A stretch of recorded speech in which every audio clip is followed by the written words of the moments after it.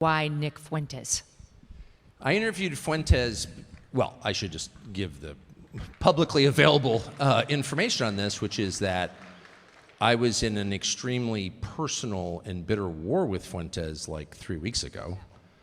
It mostly wasn't public, but Fuentes was attacking my father, a subject I have like literally no sense of humor. My father passed in March, and was really kind of the patriarch. Not kind of, he was the patriarch in our family and a hero to every person in our family. And some of what Fuentes was saying about my dad was, true, okay, which made it worse.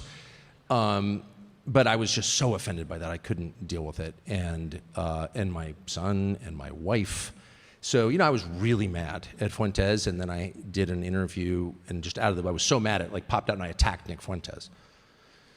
In this interview, this was last month, I think, ish, and then I got all these calls from people saying, "Do you know anything about?" I don't know anything really about Nick Fuentes, other than he's attacking my dad, my wife, and my son.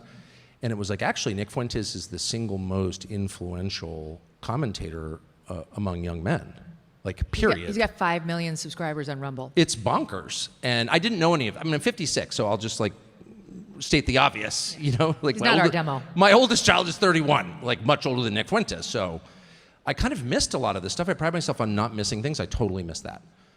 Really. And then it turns out that, he has no advertisers. They've been trying to cancel him since freshman year in college. Ben Shapiro actually tried to shut him down freshman year in college, and it didn't work.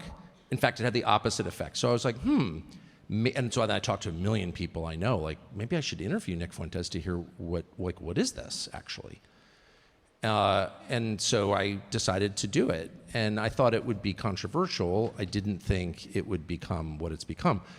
I'm not going to offer any defense other than, it's kind of interesting. I've literally, I've interviewed I'm doing this for 34 years, so I've interviewed everybody.